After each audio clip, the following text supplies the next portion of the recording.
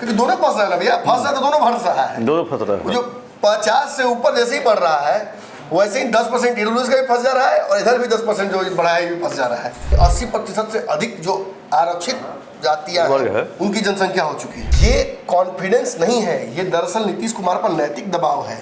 ये उनके वोटरों का एहसास कर रहा है कि नीतीश के पास ताकत है आपको आरक्षण दिलवा देने का, लेकिन दिलवाएंगे कि नहीं दिलवाएंगे इस पर नजर होनी चाहिए आपकी। भाजपा चाह कर भी इस मुद्दे पर चुप नहीं रह सकती थी। देवेश चंद्र ठाकुर का एक्शन यहाँ रिएक्शन बदल गया। पनोरमा ग्रुप, जो सोचता है वो करता है, आपके अपने सपनों का आशियाना। नमस्कार, आप देख रहे हैं भारत लाइव। भारत लाइव के विशेष कार्यक्रम जांच पड़ताल में आज हम संपादक नमन जी से समझेंगे जो क्या आरक्षण खत्म होने के बाद बिहार की राजनीति बदल गई है, क्योंकि क्या फिर नीतीश कुमार बीजेपी को छोड़ के जाएंगे तेजस्वी के साथ। तो क्योंकि आज आरक्षण खत्म करने की घोषणा की गई है, मतलब खत्म नहीं, कम कर दिया गया है। जो 50 से 65% बिहार सरकार के द्वारा किया गया था, उसी को फिर 50% पटना हाईकोर्ट ने आदेश दिया है। और इधर फिर सम्राट चौधरी का भी यू टर्न आ गया, उनका भी एक बयान आ गया है। तो अब इस सब बयान को, और तेजस्वी भी कर रहे हैं बयान, जो हम जाके मिलेंगे, किससे मिलेंगे, उनके साथ खड़े होंगे, उनके साथ ही हम आरक्षण लाए थे जा कर के। तो ये सारा जो व्यूह जो रचा जा रहा है, इसका क्या लब्बो लबाब है। ये तो मजेदार बात है कि इसी कारण से नीतीश और भाजपा के बीच दरार हुआ था।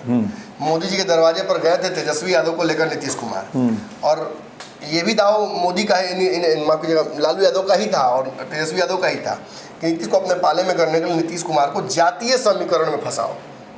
और नीतीश कुमार जब उस पक्ष में गए तो नीतीश कुमार को ये बात समझ में आ गई कि भाजपा हमारी बात मानेगी नहीं, हमें फ़ायदा हो नुकसान हो इसका भाजपा को फर्क नहीं पड़ता है। और जब ये बातें हुई तो इमीडिएटली आपने देखा कि बिहार में सरकार बदल गई। नीतीश कुमार वापस चले गए तेजस्वी यादव के साथ और दोनों ने मिलकर फिर वही किया, जातीय गणना अपने खर्चे पर कराया बिहार सरकार ने और आरक्षण को बढ़ा दिया गया। हाँ, आरक्षण खत्म नहीं किया गया, ये समझना होगा। एक फैसला जो बिहार सरकार ने लिया था उस फैसले को कोर्ट ने निरस्त कर दिया, उसे लागू करने से रोक दिया बिहार सरकार को। फैसला क्या था? देखिए, बाकी राज्यों की तरह बिहार भी 50% के आरक्षण के आंकड़े पर अटका हुआ था। 10% ईडब्ल्यूएस जो केंद्र सरकार ने दिया था उसे बिहार में लागू करने के लिए नीतीश काफ़ी दिन से कोशिश कर रहे थे। उसको लेकर एक अवधारणा बनाई जा रही थी कि जब सवर्ण गरीबों को आरक्षण दिया जाएगा तो जो पहले से आरक्षित जातियां हैं उनके आरक्षण के दायरे को भी क्यों न बढ़ा दिया जाए, देख कर कि क्या उनकी जनसंख्या बढ़ी है। और फिर जब ये जातीय गणना के आंकड़े आए उसमें ये बात समझ में आई कि 80% से अधिक जो आरक्षित जातियां हैं उनकी जनसंख्या हो चुकी है, तो 15% ही अनारक्षित लोग बचे हैं। तो क्यों ना आरक्षण वाले दायरे को बढ़ाया जाए।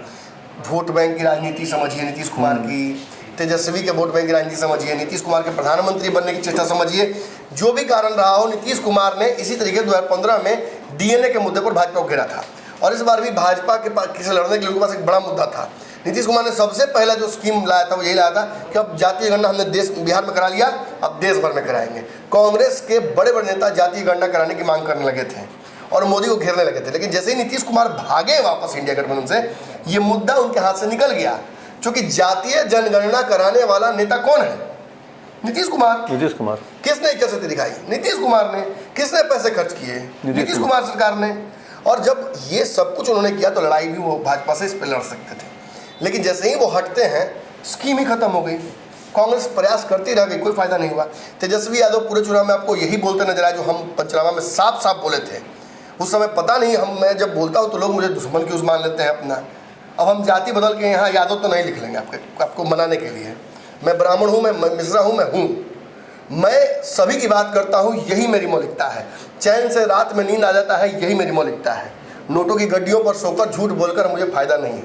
मुझे लगता है कि ऐसे ही मैं सही हूँ और मैं इसी पैटर्न पे चलता रहा हूँ। चुनाव में भी हम इसी पैटर्न पे चलते रहे। हमने तेजस्वी यादव को हमने जानबूझकर फीडबैक नहीं दिया, हमने बस बताया कि ये यहाँ आपने प्रत्याशी उतारा है, ये गलत है, ये फैसला आपका यहाँ गलत है, इस वजह से आप 10-20 सीटों पर अच्छा प्रदर्शन कर सकते थे, लेकिन नहीं करेंगे, नहीं किए। वही हुआ।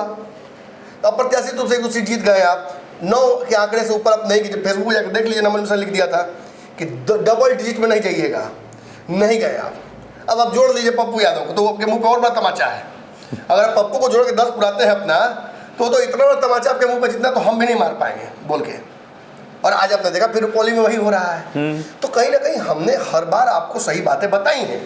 जातीय गणना के बाद जो प्रदत्त आरक्षण था और उसके दायरे को बढ़ाकर 65% किया गया, इसे भी मैंने बताया था कि ये कोर्ट में मामला कैसे भी फंस जाएगा। कोई तमिलनाडु में फंसता रहा है, बाकी राज्यों में फंसता रहा है, कभी भी राज्य अपने स्तर पर नहीं दे पाए हैं आरक्षण को, और आप अपने स्तर पर दे भी दीजिएगा तो केंद्र के प्रयोजन में नहीं दे पाइएगा। कैसे फायदा होगा इससे उस जनसंख्या को? और तमिलनाडु को फायदा कब हुआ? मैं बार बार कह रहा हूं, जब केंद्र और राज्य में एक ही सरकार थी और प्रचंड बहुमत में थी। 39 में 39 लोकसभा सीटें और 235 में 225 सीटें विधानसभा में तमिलनाडु में आई थी। तब जयललिता ने ये हिम्मत जुटाई थी, और उसके बाद आपने देखा करुणानिधि और बाकी लोगों ने बढ़ा दिया उसको, बढ़ाते बढ़ाते वो 80% के आसपास हो गया। तो वो एक क्या कहते हैं अपवाद है। तेजस्वी यादव को ये बात बाद में समझ में आई, चुनाव में बोलते नजर आए। वहीं पे तो जो हम पंचनामा में बोल रहे थे कि इसको अनुसूची में ना शामिल कराओ यार, इसको अनुच्छेद में शामिल कराइए, इसे क्लॉज बनवाइए, तब जाके जब संविधान में क्लॉज बने तब ये आरक्षण लागू होगा, कॉन्स्टिट्यूशनल होगा। और कॉन्स्टिट्यूशनल होगा तो कोई माई बाप रोक सकता है इसको? नहीं, कोई रोक सकता है? कोई कोर्ट कोई रोक सकता है? आपने जानबूझकर चोरी की, इसमें एक पेच फंसाए रखा ताकि राजनीति करते रहेंगे। जैसे राम मंदिर का पेच फसल था, राम मंदिर बन गया तो भाजपा गई नहीं तिलने, राम मंदिर बन गया तो भाजपा से मुंह में खत्म हो गया जनता का। वैसे आरक्षण मिल जाएगा तो हो सकता है इनसे भी मुंह में खत्म हो जाए। मतलब ये हो गया, ये जो हमने तो दिया लेकिन अगले ने हटवा दिया जी, तो राजनीति यहीं पे फंस जाएगी। आपको याद होगा मंडल और कर्पूरी में लड़ाई, कर्पूरी भी गाली खाए और मंडल भी गाली खाए। ये इसी देश में हो सकता है। अम्बेडकर तो लोगों ने नहीं छोड़ा, गांधी जी को नहीं छोड़ते हैं। जो मुद्दा उठाकर राजनीति आप कीजिएगा, जिस दिन वो मुद्दा खत्म हो जाएगा, काम खत्म तो आदमी भी खत्म। वीपी सिंह मंडल को लेकर के काफी आंदोलन किए थे। बिल्कुल, वो भी खूब गाली सुने, सभी ने गाली सुना। मैं तो कर्पूरी जी को काम नहीं बोला गया। आपको याद होगा जो बातें बोली गई तो हम बोल भी नहीं सकते हैं, ऐसी ऐसी बातें बोली गई कर्पूरी जी को। और आज देखिए सम्मान दे रहे हैं लोग, भारत रत्न वही लोग सम्मान दे रहे हैं जो बोले थे। किस्मत की बात है। और हम यही साबित करना चाह रहे हैं कि ये कॉन्स्टिट्यूशनल बाइंडिंग में आता ही नहीं है। तो आप आरक्षण दे दीजिए ना दीजिए, 100% दीजिए, क्या फर्क पड़ता है? और ये भाजपा की गलती नहीं कि ये आरक्षण रुक गया। मैं फिर बोल दूं, ये जरूर एक समय, इसका टाइमिंग बड़ा परफेक्ट है। भाजपा की सरकार तीसरी बार बनी और आरक्षण पे कोर्ट ने फैसला दे दिया, क्योंकि होल्ड पे रखा हुआ था चुनाव की वजह से। 11 मार्च से होल्ड पे था। किसी की सरकार बनती फैसला तो यही आना था। अब यहाँ राजनीति क्या होगी? देखिए, नीतीश कुमार इसी परिस्थिति में भागे थे, तो कोई बड़ी बात नहीं कि वो फिर से ऐसा कुछ फैसला ले ले। लेकिन भाजपा का इस पर नजरिया क्या है वो बहुत महत्वपूर्ण होगा। पिछली बार भाजपा इसको लेकर बड़ा उदासीन थी, दरवाजे से खाली हाथ नीतीश कुमार को भेज दिया था। ऐसी स्थिति में भाजपा अब नहीं है, क्योंकि केवल बिहार की सरकार का पिलर नहीं ध्वस्त होगा, केंद्र की सरकार, केंद्र वाला भी 12 को पिलर ध्वस्त हो जाएगा। और 12 पिलर के बाद उस संविधान जो है बनाया नया वाला, वो टिकेगा कि नहीं टिकेगा ये भी देखना होगा। ये सेंट्रल विस्टा नीतीश कुमार जी को नहीं, नरेंद्र मोदी को सोचना होगा कि क्या इन 12 पिलरों की आवश्यकता है कि नहीं है। निश्चित तौर पर है। ऐसे में जहां तेजस्वी यादव ने माइंड गेम खेल दिया है, उन्होंने कह दिया कि देखिए नीतीश कुमार जी को तो हमारा सपोर्ट है, इस मुद्दे पर तो हम लोगों ने दोनों साथ में लाया था, हम तो भाजपा से मांग कर ही नहीं थे, लेकिन भाजपा मान नहीं रही थी, नहीं डाली 90 अनुच्छेद में उसको। चलिए कोई बात नहीं, नीतीश कुमार जी लड़ाई लड़े, हम उसके लिए तैयार हैं उनसे, और उनके पास तो अब सांसदों की संख्या भी है। नहीं मानेंगे तो सरकार गिरा दिया जाएगा, हम साथ चलेंगे, ऑल पार्टी मीटिंग करें और चले नरेंद्र मोदी के पास, फिर हम चढ़ाई करेंगे। ये कॉन्फिडेंस नहीं है, ये दरअसल नीतीश कुमार पर नैतिक दबाव है। ये उनके वोटरों का एहसास कर रहा है कि नीतीश के पास ताकत है आपको आरक्षण दिलवा देने का, लेकिन दिलवाएंगे कि नहीं दिलवाएंगे इस पर नजर होनी चाहिए आपकी। तो ये माइंड गेम खेले तेजस्वी यादव ने नीतीश पर, और नीतीश पर ये माइंड गेम जैसे खेलते वैसे नैतिक दबाव फिर पड़ जाता है भाजपा पर कि अब भाजपा नीतीश कुमार के साथ है। और भाजपा को दो बातें तो पता है कि नीतीश फिर इधर उधर जा सकते हैं, इसमें कोई संशय नहीं है, और दूसरा कि नीतीश कुमार ने ही आरक्षण दिलवाया था। तो अब नीतीश की इज्जत बचाना या इस आरक्षण को फिर से लागू कराना ये तो भाजपा के हाथ में है, इसे भाजपा को ही करना होगा। और ऐसी स्थिति में सम्राट चौधरी का यू टर्न जो आया है वो एकदम सही समय पे आया है। खास तौर पे जिस वक्त देवेश चंद्र ठाकुर का एक बयान आया जिस बयान ने अगड़ा पिछड़ा बिहार में कराने की कोशिश की, मुसलमान, यादव, कुर्मी, कुशवाहा, धानुक और इन जातियों को जब आप ये कह देते हैं, इनमें से कुछ जातियों को कि स्वार्थी हैं, हमें वोट नहीं किया, और जिसकी वजह से पूरा विवाद क्रिएट होता है पूरे बिहार राजनीति में। और कुशवाहा जाति जो कि वोटर मानी जाती है कलवार जाति जो वोटर मानी जाती है भाजपा की, एनडीए की, उनको नाराज कर देने की वजह से उनके वोट बैंक का नुकसान आपको सीधे से होता नजर आ रहा था। और एक तो करेला दूसरा नीम चढ़े, एक दिन ये हुआ, दूसरे दिन इसको संभालने में लगा, तब तक आज आरक्षण वाला मामला आ गया। अब इसके बाद भाजपा चाह कर भी इस मुद्दे पर चुप नहीं रह सकती थी। देवेश चंद्र ठाकुर का एक्शन यहाँ रिएक्शन बदल गया और इसकी वजह से पूरी तरह से बैकफुट में पहले ही से मोदी सरकार है और यह इशारा भी इस बात का है कि आने वाले 5 साल कैसे बीतने वाले हैं। नाराज कुशवाहा को खुश करने के लिए दिए बयान क्या सम्राट चौधरी? बिल्कुल देना ही पड़ेगा। सम्राट चौधरी ने जब ये कह दिया कि हम सुप्रीम कोर्ट का दरवाजा खटखटाएंगे, आप ही मालिक, आप ही मुंसिफ, आप ही कातिल, आप ही वकील और आप ही जज, तो इसमें ऊपर जाने की जरूरत क्या है यार? यही लिख दीजिए ना, हो गया, बात खत्म। जाइए मोदी जी के पास जाके लिखवा दीजिए। आपका कुछ सांसद कम हुआ है, लेकिन इतना भी कम नहीं हुआ है कि आप पारित न करा सकें और ये अनुच्छेद में शामिल न करा सकें। अगर आरक्षण देना है बिहार की जनता को और इस आरक्षण के दायरे को बढ़ाना है तो इसकी पूरी ताकत हमारे कॉन्स्टिट्यूशन में है। हमारे सांसदों के पास ये ताकत है कि वो चाहे तो इसको कानून में तब्दील कर दें और जिन ये कानून बन जाएगा उस दिन आरक्षण मिल जाएगा। नहीं मिलता है तो आपको पता ही है कि राजद क्या करेगी। 25 के चुनाव में 2-4 मुद्दे तो पैसे ही खड़े थे। देवेश चंद्र ठाकुर का बयान तो चलवे करेगा और इसमें भी चलेगा कि देखे ना सरकार बनते ही भाजपा क्या की, सबसे पहले आरक्षण खत्म की। वो तो नमन भी सब बोल ही रहा था। ये भी अभी तेजस्वी भी बयान दिए हैं अभी, उन्होंने भी सेम बात मैंने पहले बोला, उन्होंने बाद में रिपीट कर दिया। मैंने देखा बयान में अपने रिपीट कर दिया उन्होंने, देखे ना भाजपा की सरकार बनते ही, मतलब वो भी टाइमिंग पे खेल रहे हैं। वो जान रहे हैं कि इसे रोका तो कोर्ट ने है, लेकिन इसका श्रेय देना है किसको? मोदी जी को रोकने का मुझसे को ओवर कंपेंसेट करते हुए मुझे लगता है कि सम्राट चौधरी ने अच्छा ही बयान दिया है और निश्चित तौर पर बिहार सरकार को जाना चाहिए सुप्रीम कोर्ट और इस मुद्दे को वंस एंड फॉर ऑल खत्म करना चाहिए। बिहार में जब आपने सरकार ने जब कर लिया जातीय गणना, गलत सही सरकार समझे और आप समझिए, स्टेट समझे और स्टेट के जो यहाँ पर स्टेक होल्डर्स है वो समझे।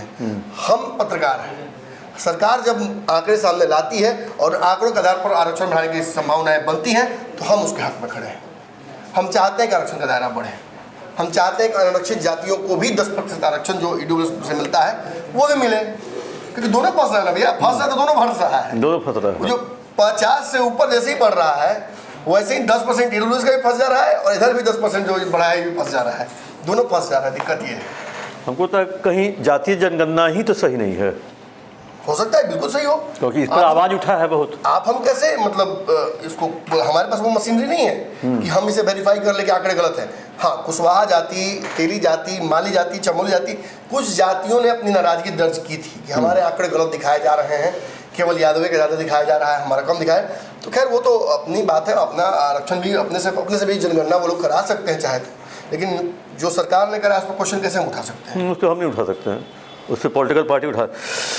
देखिए, आरक्षण जो बढ़ाया गया था उसको कम करके आज पटना हाई कोर्ट ने एक फैसला दिया है। उसके बाद तरह तरह की बातें आ रही है। तेजस्वी का बयान भी आया है, सम्राट चौधरी का भी बयान आया है।